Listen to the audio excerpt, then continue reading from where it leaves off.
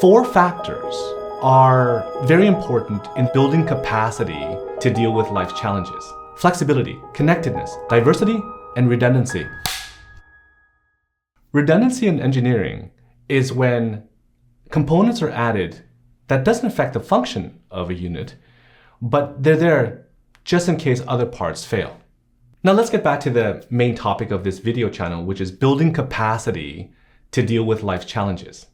Now there's a great article written by Lee Su, and it talks about all the different types of resilience research out there, be it engineering, biology, medicine, psychiatry, ecology.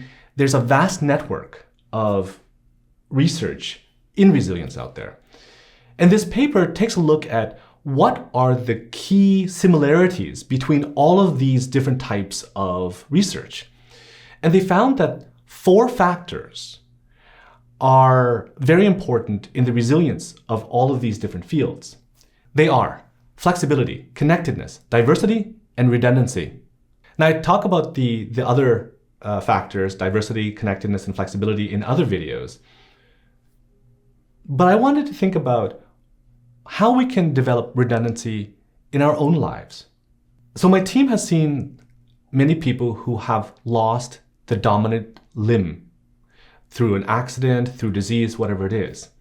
So if a person is right-handed, then they actually have to go through retraining to help their left hand be able to do everything. And it's a frustrating experience. They have to start from scratch to write, to eat, to do everything. And every single time they struggle, it reminds them that they lost their dominant hand. So it brings about anger and frustration. So I said to myself, you know what? Why don't I try to make a backup of my right hand? Why don't I try to develop my left hand while I still have the use of my right hand? Now, the process for developing my left hand was frustrating. The way I did this was on one day I would use my right hand for everything, and the next day I would use my left hand for everything, and then I would alternate. From the moment I woke up on a left-hand day, because I'm right-hand dominant, I think to myself, oh, it's a left day again.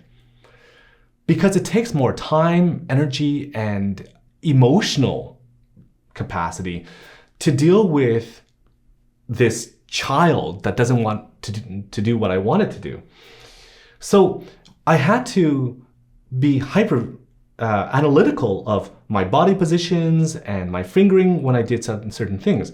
Brushing my teeth, using a spoon, putting on my belt. All of these things were so difficult.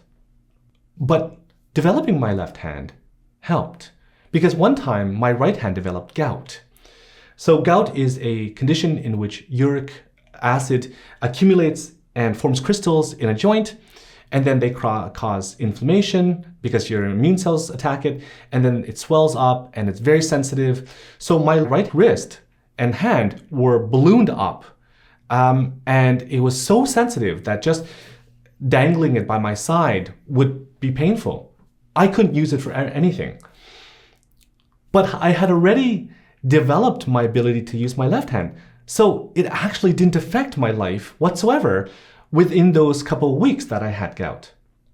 So redundancy is actually quite useful when it comes to dealing with some challenges. Resilience researchers really know what they're talking about. Go figure.